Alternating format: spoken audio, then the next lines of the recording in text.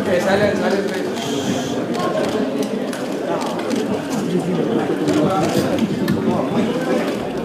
Okay, I'm very pleased the outcome of the meeting we had with several representatives from Barisan Nasional to discuss the issue of a coalition government under my leadership. But we did prioritize the key issues for this new government.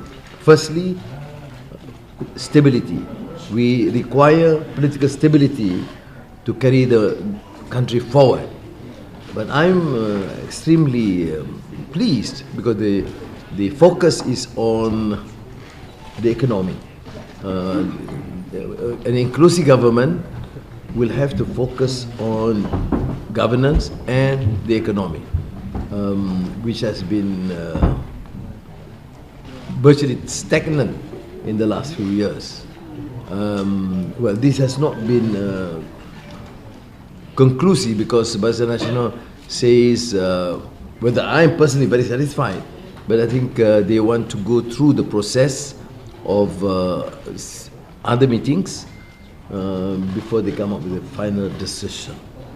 So as far as I'm concerned, what I said earlier about the commitment, I am still very optimistic that we'll be able to form a government more transparent, more democratic to safeguard the interests of the rakyat in Malaysia.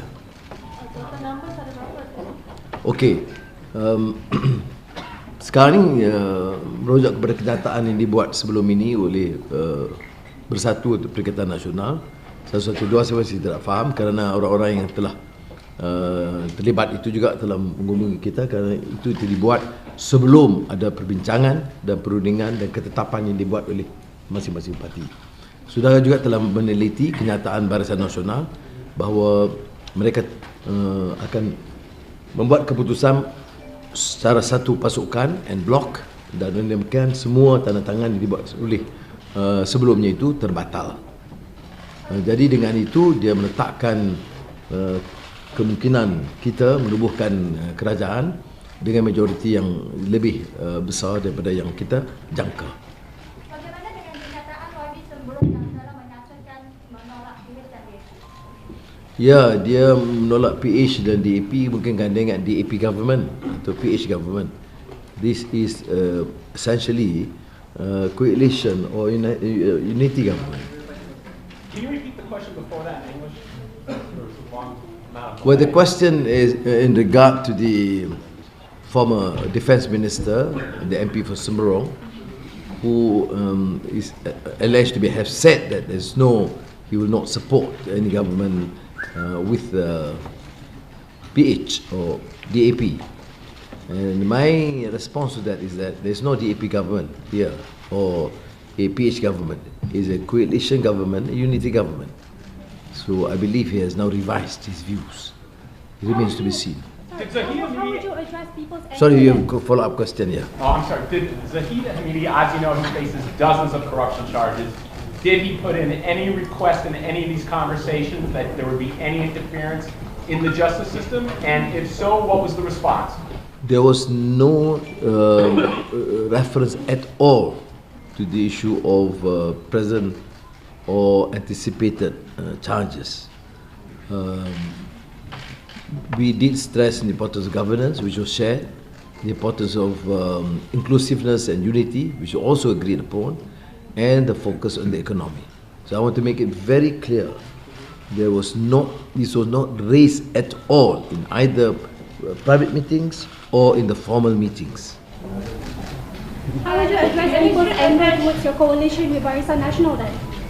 I mean, during your campaigning period, there were a lot of hate towards Barisan Nasional, so how would you address that, the rakyat then? Yes, but we have to proceed to form an inclusive government.